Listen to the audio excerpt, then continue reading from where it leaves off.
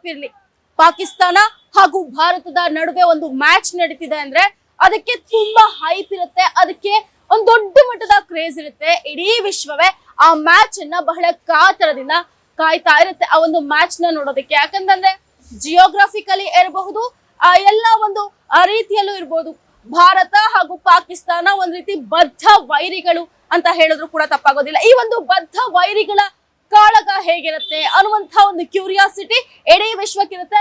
Of course no doubt Bharat ಸಾಕಷ್ಟು ಬಾರಿ majority ಅಂದ್ರೆ ಯಾವಾಗ್ಲೂ ಕೂಡ ಪಾಕಿಸ್ತಾನವನ್ನ ಮಣಿಸಿರುವಂತಹ ಸಾಕಷ್ಟು ಮ್ಯಾಚ್ ಗಳು ಇರುವಂತಹದ್ದು. ಭಾರತ ಯಾವಾಗ್ಲೂ ಕೂಡ ಡಾಮಿನೇಟ್ ಮಾಡಿದೆ ಪಾಕಿಸ್ತಾನವನ್ನ, ಅದರಲ್ಲಿ ಯಾವುದೇ ಡೌಟ್ ಇಲ್ಲ. ಬಟ್ ಈ ವರ್ಷದ ಏಷ್ಯಾ ಕಪ್ ಏನು ಕ್ರಿಕೆಟ್ ಮ್ಯಾಚ್ ಇರುವಂತಹದ್ದು 2025 ಸೆಪ್ಟೆಂಬರ್ 14ಕ್ಕೆ ನಡೆಯುವಂತಹ ಒಂದು ಪಂದ್ಯ ಏನಿದೆ, ಆ ಪಂದ್ಯಕ್ಕೆ ಮೊದಲಿನಂತ ಕ್ರೇಜ್ ಇಲ್ಲ, ಮೊದಲಿನಂತ ಒಂದು ಕ್ಯೂರಿಯಾಸಿಟಿ ಇಲ್ವಾ, ಮೊದಲಿನಂತಹ ಆ ಒಂದು ಹೈಪ್ ಇಲ್ವಾ, ಜನ ಇಂಟ್ರೆಸ್ಟ್ ಕಳ್ಕೊಂಡ್ಬಿಟ್ರ, ಈ ಮ್ಯಾಚ್ ನೋಡೋದಕ್ಕೆ ಇಷ್ಟ ಇಲ್ವಾ, ಹೀಗೆ ಸಾಕಷ್ಟು ಪ್ರಶ್ನೆಗಳು ಈಗ ಉದ್ಭವ ಆಗಿರುವಂತದ್ದು. ಅದಕ್ಕೆ ಕಾರಣ ಇಂಡಿಯಾ ಹಾಗೂ ಪಾಕಿಸ್ತಾನದ ಏನು ಮ್ಯಾಚ್ ಇದೆ ಆ ಟಿಕೆಟ್ ಅನ್ಸೋಲ್ಡ್ ಆಗಿ ಉಳಿದಿದೆ. Yes, exactly. ಯಾಕಂತಂದ್ರೆ ನಿಮಗೆ ಗೊತ್ತಿರ್ಬೋದು, ಇಂಡಿಯಾ ಹಾಗೂ ಪಾಕಿಸ್ತಾನ ಯಾವುದೇ ಒಂದು ಪಂದ್ಯ ಇರ್ಲಿ, ಆ ಪಂದ್ಯದ ಟಿಕೆಟ್ಸ್ ಅಂತಂದ್ರೆ ಗಂಟೆಗಳ ಒಳಗಡೆ, ಅಂದ್ರೆ ಆ ಟಿಕೆಟ್ ನ ಬಿಟ್ಟು ಒಂದು ಗಂಟೆಗಳ ಒಳಗೆ, ಕೆಲವೇ ಗಂಟೆಗಳ ಒಳಗೆ ಟಿಕೆಟ್ಸ್ ಎಲ್ಲವೂ ಕೂಡ ಸೋಲ್ಡ್ ಔಟ್ ಆಗ್ಬಿಡುತ್ತೆ. ಅದು ಎಷ್ಟೇ ಕಾಸ್ಟ್ಲಿ ಇದ್ರೂ ಪರವಾಗಿಲ್ಲ, ಟಿಕೆಟ್ಸ್ ಸೋಲ್ಡ್ ಔಟ್ ಆಗುತ್ತೆ. ಬಟ್ ಈ ಸಲ ಟಿಕೆಟ್ಸ್ ಅನ್ಸೋಲ್ಡ್ ಆಗಿ ಉಳಿದಿದೆ. ಹಾಗಾದ್ರೆ ಯಾಕೆ ಅನ್ನುವಂತಹ ಒಂದು ಪ್ರಶ್ನೆ ನಿಮ್ಮನ್ನ ನಮ್ಮನ್ನ ಎಲ್ಲರನ್ನು ಕೂಡ ಕಾಡುವಂತಹದ್ದು ಸಹಜ. ಯಾಕೆ ಅಂತ ನಾನು ಇವಾಗ ನಿಮಗೆ ಒಂದೊಂದೇ ಪಾಯಿಂಟ್ ನ ಎಕ್ಸ್ಪ್ಲೇನ್ ಮಾಡ್ತಾ ಹೋಗ್ತೀನಿ. ಹಾಗಾದ್ರೆ ಯಾಕೆ ಇಂಡಿಯಾ ಹಾಗೂ ಪಾಕಿಸ್ತಾನದ ಮ್ಯಾಚ್ ನ ಟಿಕೆಟ್ಸ್ ಗಳು ಸೋಲ್ಡ್ ಆಗಿಲ್ಲ, ಅನ್ಸೋಲ್ಡ್ ಆಗಿ ಉಳಿದಿರುವಂತಹದಕ್ಕೆ ಕಾರಣ ಏನು ಅನ್ನುವಂತ ನಾವು ನೋಡುವುದಾದ್ರೆ, ಮೇಜರ್ ಇಶ್ಯೂ ಇಲ್ಲಿ ಬರುವಂತಹದ್ದು ಆಪರೇಷನ್ ಸಿಂಧೂರ. ಎಸ್, ಆಪರೇಷನ್ ಸಿಂಧೂರ ಆದ ನಂತರದಲ್ಲಿ ದೇಶ ಪ್ರೇಮ ಎಲ್ಲರಲ್ಲೂ ಕೂಡ ಯಾವ ರೀತಿಯಾಗಿದೆ ಅಂತಂದ್ರೆ, ಯಾವುದೇ ಕಾರಣಕ್ಕೂ ಕೂಡ ಪಾಕಿಸ್ತಾನದ ಜೊತೆಗೆ ನಾವು ಯಾವುದೇ ರೀತಿಯಾದಂತಹ ಸಂಬಂಧವನ್ನ ಹೊಂದೋದಕ್ಕೆ ರೆಡಿ ಇಲ್ಲ. ಅಂದ್ರೆ ಆ ದೇಶಭಕ್ತಿ, ಆ ಒಂದು ಸೆಂಟಿಮೆಂಟಲ್ ಅಟ್ಯಾಚ್ಮೆಂಟ್ ಇದೆಯಲ್ಲ, ಆದ್ರಿಂದ ಬಾಯ್ಕಾಟ್, ಪಾಕಿಸ್ತಾನದ ಜೊತೆಗೆ ಒಂದು ಮ್ಯಾಚ್ ಏನಿದೆಯಲ್ಲ ಅದನ್ನ ಬಾಯ್ಕಾಟ್ ಮಾಡುವಂತಹ ಒಂದು ಕೂಗು ಈಗಿನಿಂದ ಅಲ್ಲ, ಜುಲೈನಿಂದಲೂ ಕೂಡ ಕೇಳ್ಕೊಂಡು ಬಂದಿರುವಂತಹ ಒಂದು ಕೂಗು. ಅದು ಈ ಒಂದು ಮ್ಯಾಚ್ ನ ಆಡಬಾರ್ದು, ಪಾಕಿಸ್ತಾನದ ಜೊತೆಗೆ ಭಾರತ ಈ ಒಂದು ಮ್ಯಾಚ್ ನ ಬಾಯ್ಕಾಟ್ ಮಾಡಬೇಕು, ಯಾವುದೇ ಕಾರಣಕ್ಕೂ ಆಡಬಾರ್ದು ಅನ್ನುವಂತಹ ಒಂದಷ್ಟು ಕೂಗುಗಳು ಕೇಳಿ ಬರ್ತಿದೆ. ಇದರ ನಂತರವೂ ಕೂಡ ಭಾರತ ಈಗ ಪಾಕಿಸ್ತಾನದ ಜೊತೆಗೆ ಒಂದು ಯುದ್ಧಕ್ಕೆ, ಅಂದ್ರೆ ಕ್ರಿಕೆಟ್ ಯುದ್ಧಕ್ಕೆ ನಿಂತಿದೆ ಅಂತಲೇ ಹೇಳಬಹುದು. ಭಾರತದ ಆಟಗಾರರ ಮಾತುಗಳು ಏನೋ ಇರಬಹುದು, ನಾವು ಈ ಒಂದು ಆಟದಲ್ಲಿ ಅವರನ್ನ ಮಣಿಸ್ತೀವಿ, ನಮ್ಮ ಭಾರತದ ಪವರ್ ನ ಮತ್ತೊಮ್ಮೆ ತೋರಿಸ್ತೀವಿ ಅನ್ನುವಂತಹ ಒಂದು ಮನೋಭಾವ ಕ್ರಿಕೆಟ್ ಆಟಗಾರರದ್ದು ಇರಬಹುದು.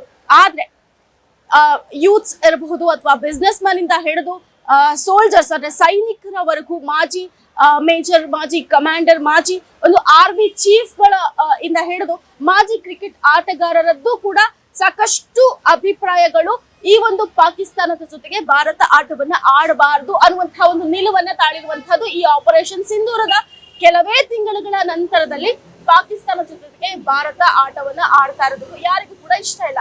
ಒಂದು ಮಾತಿದೆ, everything is fair in love and war ಅಂತ. ಬಟ್ ಈ ಒಂದು ಆಪರೇಷನ್ ಸಿಂಧೂರ ಅಥವಾ ಪೆಹಲ್ಗಾಮ್ ಅಟ್ಯಾಕ್ ಏನಾಯ್ತಲ್ಲ, ಪಾಕಿಸ್ತಾನ ಮಾಡ್ತಲ್ಲ, ಅದಕ್ಕೆ ನಾವು ಪ್ರತಿಯಾಗಿ ಏನು ಆಪರೇಷನ್ ಸಿಂಧೂರ ಮಾಡೋದ್ವಲ್ಲ, ಸೊ ಇದಾದ ನಂತರದಲ್ಲಿ ಒಂದು ಶ್ಲೋಕನ್ನು ಈ ಪಾಕಿಸ್ತಾನಕ್ಕೆ ಅನ್ವಯಿಸುತ್ತೆ. So everything is not fair in love and war ಅಂತ ಹೇಳ್ಬೋದು. ಅಂದ್ರೆ ಯಾವ ರೀತಿ ನಾಟ್ ಫೇರ್ ಅಂತಂದ್ರೆ, ನಾವ್ ಎಲ್ಲವನ್ನೂ ಕೂಡ ಈ ಯುದ್ಧದಲ್ಲಿ ಅವರಿಗೆ ಫೇವರ್ ಆಗಿರ್ಬೇಕು ಅಂತ ಏನಿಲ್ವಲ್ಲ, ನಮಗೆ ಏನು ಯಾವ ರೀತಿ ನಮ್ಮ ಮೇಲೆ ಅವರು ಅಟ್ಯಾಕ್ ಮಾಡಿದ್ರು ನಾವು ಅದಕ್ಕೆ ಪ್ರತಿದಾಳಿಯನ್ನ ಮಾಡಿದ್ವಿ, ಅದು ಇಲ್ಲಿಗೆ ನಿಲ್ಲಬಾರ್ದು. ಹೇಗೆ ಆಪರೇಷನ್ ಸಿಂಧೂರ ಇನ್ನು ನಿಂತಿಲ್ಲ ಅಂತ ಕೇಂದ್ರ ಸರ್ಕಾರ ಒಂದು ಘೋಷಣೆಯನ್ನ ಕೂಗಿರುವಂತಹದ್ದು, ಒಂದು ಎಚ್ಚರಿಕೆಯನ್ನ ನೀಡಿದೆಯಲ್ಲ, ಅದೇ ರೀತಿ ನಾವು ಆರ್ಥಿಕವಾಗಿ, ವ್ಯಾವಹಾರಿಕವಾಗಿ ಎಲ್ಲ ರೀತಿಯಲ್ಲೂ ಕೂಡ ಪಾಕಿಸ್ತಾನನ ಒಂದ್ ರೀತಿ ಬಾಯ್ಕಾಟ್ ಮಾಡಾಕ್ಬಿಡ್ಬೇಕು ಅನ್ನುವಂತಹ ಒಂದು ಕೂಗು ದೇಶಭಕ್ತರಿಂದ, ದೇಶದ ವಾಸಿಗಳಿಂದ ಕೇಳಿ ಬರ್ತಾ ಇರುವಂತಹದ್ದು. ಹಾಗಾದ್ರೆ ಯಾವ ರೀತಿ ಅಂತೀರಾ? ಕ್ರಿಕೆಟ್ ನ ಈಗ ದುಬೈನಲ್ಲಿ ಪಾಕಿಸ್ತಾನ ಹಾಗೂ ಭಾರತದ ಒಂದು ಕ್ರಿಕೆಟ್ ಪಂದ್ಯ ನಡೆಯುತ್ತೆ ಸೆಪ್ಟೆಂಬರ್ 14ಕ್ಕೆ. ಒಂದೊಮ್ಮೆ ಇಲ್ಲಿ ನಾವು ಪಾಕಿಸ್ತಾನವನ್ನ ಬಾಯ್ಕಾಟ್ ಮಾಡಿದಿದ್ರೆ ಪಾಕಿಸ್ತಾನಕ್ಕೆ ಭಾರಿ ನಷ್ಟ ಉಂಟಾಗ್ತಾ ಇತ್ತು. ಇದು ನಮಗೆ ಬೇಕಾಗಿರುವಂತಹದ್ದು ಅನ್ನುವಂಥದ್ದು ಸಾಕಷ್ಟು ಜನರ ಮಾತು. ಹಾಗಾಗಿನೇ ಒಂದಷ್ಟು ಜನ ಸ್ಪಾನ್ಸರ್ಗಳು ಕೂಡ ಹಿಂದೆ ಸರಿದಿದ್ದಾರೆ, ಅಂದ್ರೆ ಅವರ ಒಂದು ಸ್ಪಾನ್ಸರ್ಶಿಪ್ ನ ವಿಡ್ರಾ ಕೂಡ ಮಾಡ್ಕೊಂಡಿರುವಂತಹದ್ದು ನೋಡ್ಬೋದು. ಅದಕ್ಕೆ best example is your travel ಅಥವಾ ಈಸ್ ಯುವರ್ ಟ್ರಿಪ್ ಅಂತ ಏನ್ ಕರಿತೀವಿ. ಅವರು ಕೂಡ ತಮ್ಮ ಒಂದು ಸ್ಪಾನ್ಸರ್ಶಿಪ್ ನ ವಿಡ್ರಾ ಮಾಡ್ಕೊಂಡಿರ್ತಾರೆ, ಒಂದು ಸ್ಟೇಟ್ಮೆಂಟ್ ಅನ್ನ ಕೊಡ್ತಾರೆ. ನಮಗೆ ದೇಶಕ್ಕಿಂತ ದೊಡ್ಡದಲ್ಲ ಕ್ರಿಕೆಟ್, ನಮಗೆ ದೇಶಕ್ಕಿಂತ ಕ್ರೀಡೆ ದೊಡ್ಡದಲ್ಲ ಅನ್ನುವಂತಹ ಒಂದು ಸ್ಟೇಟ್ಮೆಂಟ್ ಅನ್ನ ಕೊಡ್ತಾರೆ. ಬಟ್ ಈಗ ಒಂದಷ್ಟು ಆರೋಪಗಳು ಕೂಡ ಕೇಳಿ ಬರ್ತಾ ಇದೆ. ಕ್ರಿಕೆಟ್ ಆರ್ಗನೈಸೇಷನ್ ವಿರುದ್ಧ ಅಸಮಾಧಾನ, ಆಕ್ರೋಶಗಳು ಭುಗಿಲೆದ್ದಿದೆ. ಇದಕ್ಕೆ ಕಾರಣ ಪಾಕಿಸ್ತಾನದ ಜೊತೆಗೆ ಭಾರತ ಪಂದ್ಯಕ್ಕೆ ಎಳಿತಾ ಇರುವಂತಹದ್ದು, ಅಖಾಡಕ್ಕೆ ಧುಮುಕ್ತಾ ಇರುವಂತಹದ್ದು. ಯಾಕೆ ಅಂದ್ರೆ ಏನು ನಮ್ಮ ಒಂದು ದೇಶ ಭಕ್ತಿಗಿಂತ ಯಾವುದು ದೊಡ್ಡದಲ್ಲ, ಅದನ್ನ ಮೀರಿಯೂ ಕೂಡ ಪಂದ್ಯವನ್ನ ನಡೆಸ್ತಾ ಇದ್ದಾರೆ. ಎಷ್ಟೋ ಒಂದು ಅಪೋಸ್ ಮಾಡ್ತಾ ಇದ್ದಾರೆ, ಈ ಒಂದು ಪಂದ್ಯ ಮಾಡಬಾರ್ದು ಅನ್ನುವಂತಹ ಒಂದು ಕೂಗಿದ್ರು ಕೂಡ ಹರ್ಭಜನ್ ಸಿಂಗ್ ಇರಬಹುದು ಅಥವಾ ಇನ್ನು ದೊಡ್ಡ ದೊಡ್ಡ ಮಾಜಿ ಕ್ರಿಕೆಟ್ ಸ್ಟಾರ್ ಆಟಗಾರರು ಕೂಡ ಇದೇ ಅಭಿಪ್ರಾಯ, ಪಾಕಿಸ್ತಾನ ಜೊತೆಗೆ ನಾವು ಮ್ಯಾಚ್ ಅನ್ನ ಆಡಬಾರ್ದು ಅನ್ನುವಂತಹ ಒಂದಷ್ಟು ಕೂಗುಗಳು ಇದ್ರೂ ಕೂಡ ಈಗ ಪಾಕಿಸ್ತಾನ ಹಾಗೂ ಏನು ಭಾರತ ಒಂದು ಕ್ರಿಕೆಟ್ ನ ಆಡೋದಕ್ಕೆ ನಿಂತಿರುವಂತಹದ್ದು ಸೆಪ್ಟೆಂಬರ್ 14ಕ್ಕೆ. ಬಟ್ ಇದು ಎಷ್ಟೋ ಜನಕ್ಕೆ ಇಷ್ಟ ಇಲ್ಲ. ಇದು ಮೇಜರ್ ಒಂದು ಕಾರಣ ಈ ಒಂದು ಟಿಕೆಟ್ ಸೋಲ್ಡ್ ಔಟ್ ಆಗದೆ ಇರೋದಕ್ಕೆ. ಯಾಕಂದ್ರೆ ಬಲವಾಗಿ ಈ ಒಂದು ಬಾಯ್ಕಾಟ್ ನ ಸಾಕಷ್ಟು ಜನ ಬೆಂಬಲಿಸಿದ್ದಾರೆ ಅನ್ನೋದ್ರಲ್ಲಿ ಎರಡು ಮಾತಿಲ್ಲ ಅಥವಾ ಏನು ಡೌಟ್ ಇಲ್ಲ ಅಂತಲೇ ಹೇಳಬಹುದು. ಸೊ ಇದು ಒಂದು ರೀಸನ್ ಆಯ್ತು, ದೇಶಭಕ್ತಿಗೋಸ್ಕರ ಅದನ್ನ ಬಾಯ್ಕಾಟ್ ಮಾಡಿದ್ದಾರೆ. ಹೀಗಾಗಿನೇ ಸಾಕಷ್ಟು ಜನ ಸಪೋರ್ಟ್ ಮಾಡ್ತಾ ಇಲ್ಲ ಈ ಒಂದು ಮ್ಯಾಚ್ಗೆ ಅಂತಲೂ ಹೇಳಬಹುದು. ಸೊ ಇದಕ್ಕೆ ಒಂದು ಜಸ್ಟಿಫಿಕೇಶನ್ ಕೂಡ ಕೊಡ್ತಾರೆ ಗೌತಮ್ ಗಂಭೀರ್ ಅವರು, ಮಾಜಿ ಸ್ಟಾರ್ ಆಟಗಾರ ಕೂಡ ಹೌದು ಗೌತಮ್ ಗಂಭೀರ್ ಅವರು. ಸೊ ಅವರು ಒಂದು ಜಸ್ಟಿಫಿಕೇಶನ್ ಕೊಡ್ತಾರೆ.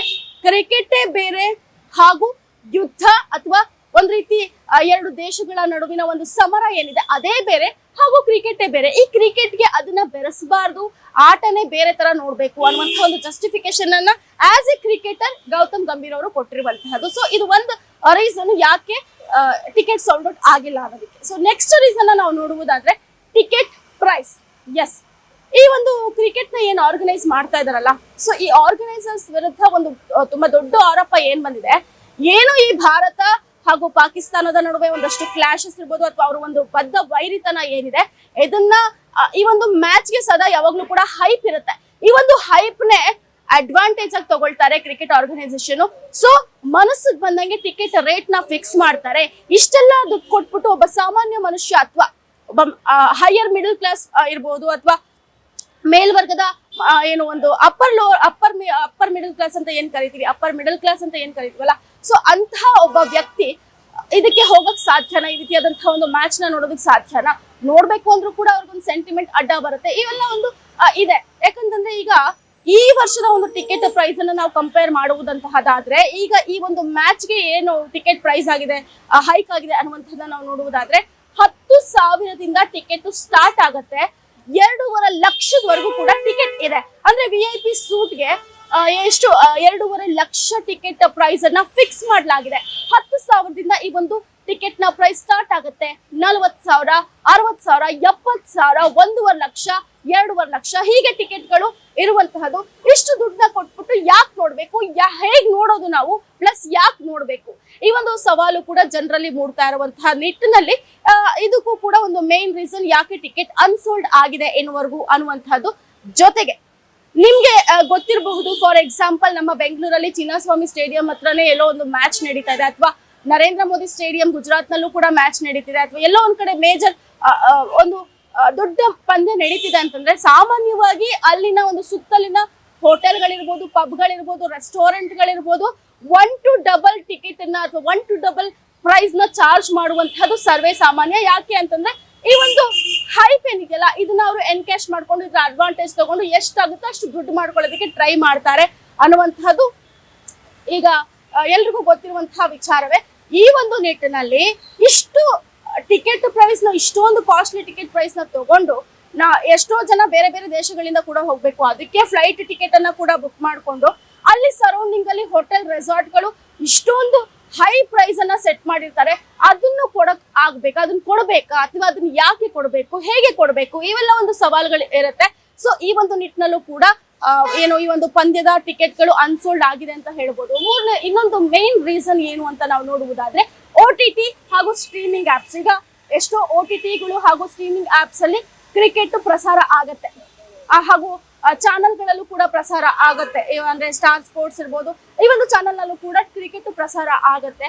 ಹಾಗೂ OTTಗಳು ಸ್ಟ್ರೀಮಿಂಗ್ ಆಪ್ ನಲ್ಲೂ ಕೂಡ ಪ್ರಸಾರ ಆಗುತ್ತೆ. ಇದನ್ನ ನಾವು ಮನೇಲೆ ಕೂತ್ಕೊಂಡು ಕೂತಿರೋ ಜಾಗದಲ್ಲೇ ಕೂತ್ಕೊಂಡು ಈ ಒಂದು ಮ್ಯಾಚ್ ನ ನೋಡಬಹುದು. ಯಾಕೆ ನಾವು ಅಲ್ಲಿಗೆ ಹೋಗ್ಬೇಕು, ಯಾಕೆ ಅಷ್ಟು ದುಡ್ಡ ಖರ್ಚು ಮಾಡ್ಬೇಕು ಅನ್ನುವಂತ ಒಂದು ಮೆಂಟಾಲಿಟಿ ಕೂಡ ಖಂಡಿತವಾಗ್ಲೂ ಇದ್ದೇ ಇರುತ್ತೆ. ಇದು ಒಂದು ರೀಸನ್. ಮತ್ತೊಂದು ರೀಸನ್ ಏನು ಅಂತಂದ್ರೆ, ಈಗಾಗಲೇ ಆಪರೇಷನ್ ಸಿಂಧೂರ್ ಅಂದ್ರೆ ಪಹಲ್ಗಾಮ್ ಅಟ್ಯಾಕ್ ಆದಾಗ ಸಾಕಷ್ಟು ಒಂದು ರೀತಿ ಸಿಚುವೇಶನ್ ಬಿಗಡಾಯಿಸಿತ್ತು, ಯುದ್ಧದ ಸನ್ನಿವೇಶಕ್ಕೂ ಕೂಡ ತಲುಪಿತ್ತು ಭಾರತ ಹಾಗೂ ಪಾಕಿಸ್ತಾನ. ಈಗ ಒಂದು ಸೇಫ್ಟಿ ಅಂತ ಏನಿದೆಯಲ್ಲ, ಆ ಒಂದು ಸೇಫ್ಟಿಯ ಭರವಸೆ ಅಂದ್ರೆ ಆ ಸುರಕ್ಷತೆಯ ಭರವಸೆ ಜನರಿಗೆ ಸಿಗ್ತಾ ಇಲ್ಲ, ಅಥವಾ ಜನರಿಗೆ ಒಂದಷ್ಟು ಗೊಂದಲಗಳು, ಒಂದಷ್ಟು ಭಯ ಕೂಡ ಇದೆ. ಏನ್ ಬೇಕಾದ್ರೂ ಆಗ್ಬೋದು, ಎಲ್ಲಿ ಯಾವಾಗ ಅನ್ನುವಂಥ ಒಂದು ಸಿಚುವೇಶನ್ ಅಲ್ಲಿ ಜನರು ಸಿಲುಕಿದ್ದಾರೆ. ಈ ಒಂದು ನಿಟ್ಟಿನಲ್ಲೂ ಕೂಡ ಯಾರು ಕೂಡ ಜಾಸ್ತಿ ಜನ ಧೈರ್ಯ ಮಾಡ್ತಾ ಇಲ್ಲ ಅಲ್ಲಿಗೆ ಹೋಗಿ ಒಂದು ಮ್ಯಾಚ್ ನ ನೋಡೋದಕ್ಕೆ. ಇದು ಕೂಡ ಒಂದು ಮೇಜರ್ ಕಾರಣ ಯಾಕೆ ಟಿಕೆಟ್ ಅನ್ಸೋಲ್ಡ್ ಆಗಿದೆ ಅಂತ.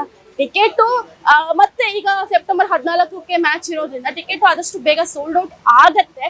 ಬಟ್ ಸ್ಟಿಲ್ ಈ ಹಿಂದೆ ಇದ್ದಂತಹ ಒಂದು ಹೈಪ್ ಆಪರೇಷನ್ ಸಿಂಧೂರ, ಆಪರೇಷನ್ ಮಹಾದೇವ ಆದ್ಮೇಲೆ ಸಿಗ್ತಾ ಇಲ್ಲ. ಯಾಕೆ ಅಂತಂದ್ರೆ ದೇಶದ ಜನರಲ್ಲಿ ಆ ಒಂದು ದೇಶಭಕ್ತಿ ಜಾಗೃತಿಯಾಗಿದೆ, ಅಥವಾ ದೇಶಭಕ್ತಿ ಕ್ರಿಕೆಟ್ಗಿಂತ ದೊಡ್ಡದಾಗ್ತಾ ಇದೆಯಾ ಜನರನ್ನ ಅನ್ನುವಂತಹ ಒಂದು ಸವಾಲು ಈಗ ಎಲ್ಲರಲ್ಲೂ ಕೂಡ ಹುಟ್ಟಿರುವಂತಹದ್ದು. ಗ್ಯಾರಂಟಿ ನ್ಯೂಸ್, ಸುದ್ದಿ ಖಚಿತ, ನ್ಯಾಯ ನಿಶ್ಚಿತ.